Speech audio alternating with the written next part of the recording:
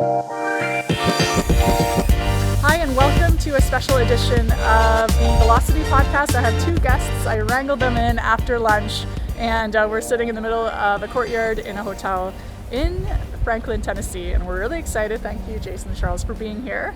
Happy to be here. All right. Do you guys want to introduce yourselves a little bit? Sure, I'm Charles Alexander. I am a full-time business coach, and I also have a full-time business creating explainer videos for busy professionals. My name is Jason Elkins, and I am a digital marketing coach as well, and have a series of clients. I also do course creation on networking and sales for people that don't like networking and sales. Yeah, good. Love it. And needed, by the way, because I don't think a lot of people like networking A lot of and people sales. do not like it. All right, sweet. So my podcast is all about marketing. Mm-hmm. I like bringing other things in, but it always has to tie into marketing. So can you guys tell, you're doing two very different things. Yep. One in person, one strictly online. How are you bringing in social media into this? How are you, do you run ads? Do you have a website? What's your funnel like? How can people who do what you do what you do? So for me, I do a lot of speaking in public, and the idea has always been one-to-many is better, right? So Charles runs a center for this, and I get to come and speak at those events. And if you are one-to-many, you can spend 1 hour with 40 people instead of 40 hours with each individual, and then those people come into a funnel system and they stay on my email or connect with me on social, and that's primarily how I've built an audience over the last decade doing this kind of work. Yeah, that's awesome. And you know what, that's the thing that people don't understand, or maybe they are starting to understand about social media, about AI. Instead of always everything being one-to-one, you can do multiple-to-one. It's a time saver. It makes you more efficient. You know, it gets things done a lot quicker. Yeah. Well, as for me, Jason said I do a bunch of in-person coaching for the business coaching, and that keeps it, rocking and rolling. For the business that I started on the side that's grown full-time, it's explainer videos, or these 90-second cartoons where you can learn about, Sherry, Purple Bean, this is who she is, this is what she does, this is who she helps. To grow that business, I couldn't be out and about because the business coaching is full-time, so I built it online primarily through LinkedIn because I do a lot of business-to-business coaching. Mm-hmm. So not just through putting, good content out there, but also started doing a lot of one-on-one outreach and found ways to automate that and find people that were my target market. And I had 7 different verticals I was going after that was making me crazy. So I finally found the 2 out of it that I could work with that I really liked, financial advisors and insurance agents, and started messaging them, but not just, hey, buy from me. It sounds so friggin' cliche at this point. Offer value, but, offer them something they might want to use, that they can use, and put out a bunch of content so when they go check you out, not necessarily that content drove it in, but they could say, oh, this is a real dude and he puts a lot of content and stuff out there. Now we feel like we can trust him. Okay, that is exactly what I want to kind of like niche down, as you Americans would say. Niche. Offering value. So it doesn't matter what we do, it doesn't matter what marketing or what platform we want, value is the key. So what would you say to business owners who want to start marketing when it comes to value? Like, how did you figure out what your value was? Did you know it right away? Is that a learning process? God bless, it's a never-ending process that you can't just find one day and then you're magically done. In my case, for both coaching and explainer videos, is always finding the pain point. Find the pain point through the questions that people ask you all of the time. Great book I just finished, They Ask You Answer by Marcus Sheridan. Mm-hmm. Start listening to what these clients, potential clients, are asking you over and over and over, and then start documenting, creating those assets, that content that relates back to them so you can hand it back to them. So when they say, how do I write a script, or how do I do a voiceover, or how do I hit the record button, you already have it. You can show it to them, and then once you see what's resonating, that becomes kind of like the one or top 2 or 3 offers you can give somebody. Very good. And that's what I found too. One of the processes that I go to just find people that would like to work with me is I do a lot of coffee meetings, and the idea during those coffee meetings is not how can I sell this person something. The idea is how can I add value and give them something. We've been taught in our industry that all we have is our IP, our intellectual property, the stuff that's in our brain, and don't give that away. It's worth a lot of money, and it is. But the way that I look at it is if I can serve first and help people first, that's the way that the doors are going to open long term. So when someone is asking questions, I will give them the best of the best answer that I can during that time. And if it's a 45-minute meeting, they're not going to get everything from me anyway.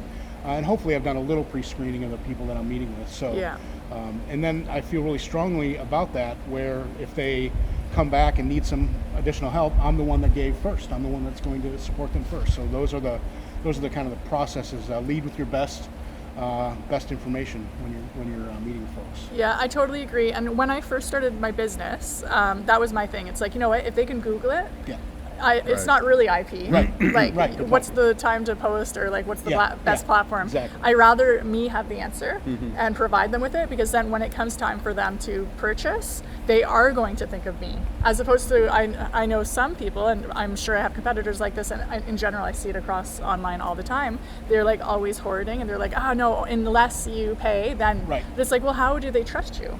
So that's how I feel. Like, I'll watch someone on YouTube, and then I'll be like, oh, you know how to create a funnel, I will give you my money. I'm not randomly being like, oh, I guess I gotta just trust you, stranger. Right.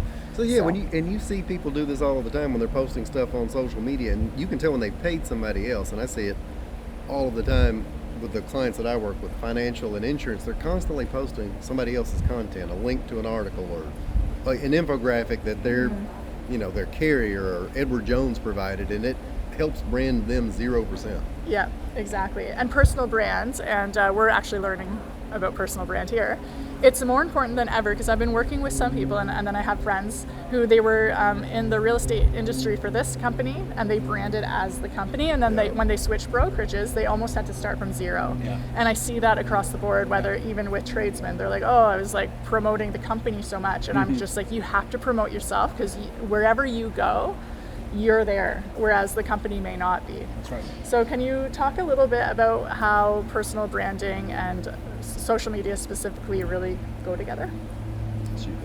You are going to show yourself. I have this thought that if you're a jerk in real life, it's going to come out on social media at some point, right? They'll find, you'll out yourself. So you need to think about that. Think strategically about the kind of content you're putting out. And I'm okay sharing stuff about my family and whatnot, because those are the types of clients that I want to attract. So I think about it as kind of a mutual trade. Like, I'm willing to give up some of my anonymity to attract the kind of people that want to work with me. And I've got clients because someone said you seem fun to work with, or you seem like you'd be easy to work with. And that's because of the content that I've been putting out over and over, talking about good experiences with clients, and talking about my life, and the fact that I've got adult kids that want to hang out with me, and those types of things. I'm connecting with other people that are similar. And because it's the internet and it's a big old world, it's okay. I don't need to have everybody. I just need to have a sliver of people that want to do business with me, and that's worked out really well. That's awesome. Well, so in taking your personality and putting it into your brand, especially on the business coaching side, I'll plug a book. I got a book coming out. Start Now, Quit Later, on how you start a business while working full time. It's got 45 very short chapters, and I went through, after I finished, I should have done this before, and started trying to chart, well, how many of them are personal stories? It's like 30. Now, when I say personal, I don't mean my brand, I mean like my family. Then I had to go in and figure out, well, how many times did I talk about Ava or Lily or Lane? Because they'll go back and freaking count the thing to know if I talked about them or not. But all of those are infused there, and it's all in the business coaching content. And it's one of the first things that people relate to. I had a guy call me on Friday, wanted to start working with me right away, because I did a 5-minute LinkedIn Live where I had a picture of my wife, and talking about how I married up and all this other cool married up in the same, I think same, right? Married up? Married up, yeah. I got a beautiful wife. She's much prettier than I am. It's true. And I infused that. He immediately, he understood it. He got that. And they flipped a house once like we did. All of that, you can create a business story out of and content out of, but that's what people are going to relate to quicker than anything else. And Jason's 100% right. If I turn some people off because they don't like the term marry up, or they don't like my bald head or my country accent, there's somebody that does. Yeah, and that's also the differentiating factor too, right? Because like, we all have similar businesses. Like, there's a million other social media marketers that could just like easily replace me. So what makes a difference? Or when I want to work with a coach, what's the difference? It's the personality. So that's why I don't add my kids to social media, but I do like infusing personality, because I've had a couple of people be like, actually, I want to talk to you. And then I'll be like, oh, why me out of like, where'd you find me? Da-da-da. And they'll be like, well, you have meetings on patios. I want meetings on patios. I don't want to be in the office. Like that. And I was like, oh, funny. What a weird way. I accidentally branded myself as like easygoing, let's have a beer and not chat. Stuffy. Not stuffy. And you know what? Those are my favorite clients who are like, no, let's get out of the office and like, we only have a few months in Canada with good weather, so let's enjoy it. Awesome. Right, sure. So that's great. Alrighty, and a final question. If you had to focus on one specific stream of marketing, what would you choose for your specific business and why? Stream isn't like what channel, what What effort, channel, what method. maybe blog writing versus video. Would you want Facebook versus Instagram? For me, it's obviously, I'm going to say video. Yeah.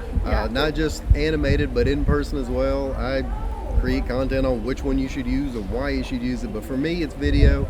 And the cheating aspect of that, we have all the bells, all the whistles, all the tools. You take that one video and strip it out and make 50 other things out of it. And for me, I like LinkedIn. I know that makes me boring, but it's easier, folks. For me, it is.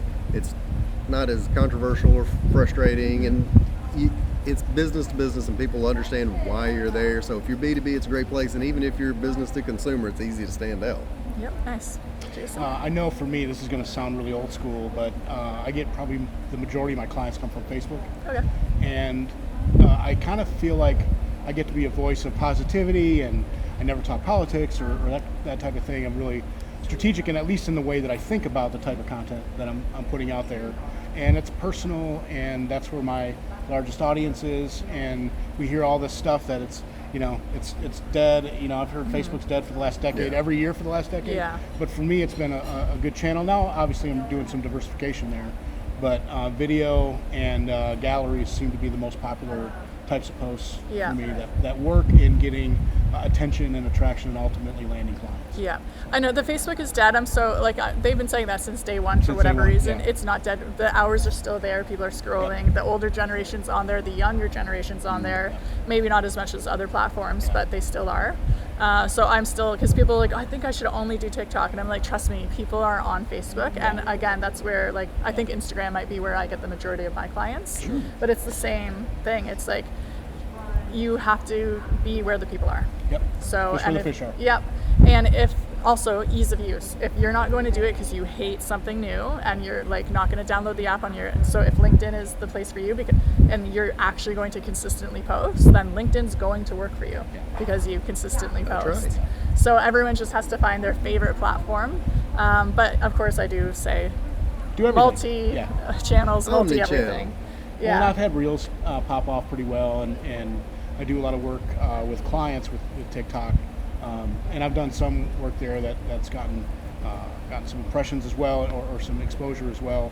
I don't dislike any of them. It's just, again, that's where my clients are hanging out. Yeah, where the people are. Yeah. That's exactly. I always say it's kind of like the new town square. Back in the old days, in the old country, everyone would come to the town square, gossip, find out who they should use to paint or bake bread or whatever, do their shopping, go home. Now it's okay, it's in the palm of your hand, and people are on social media.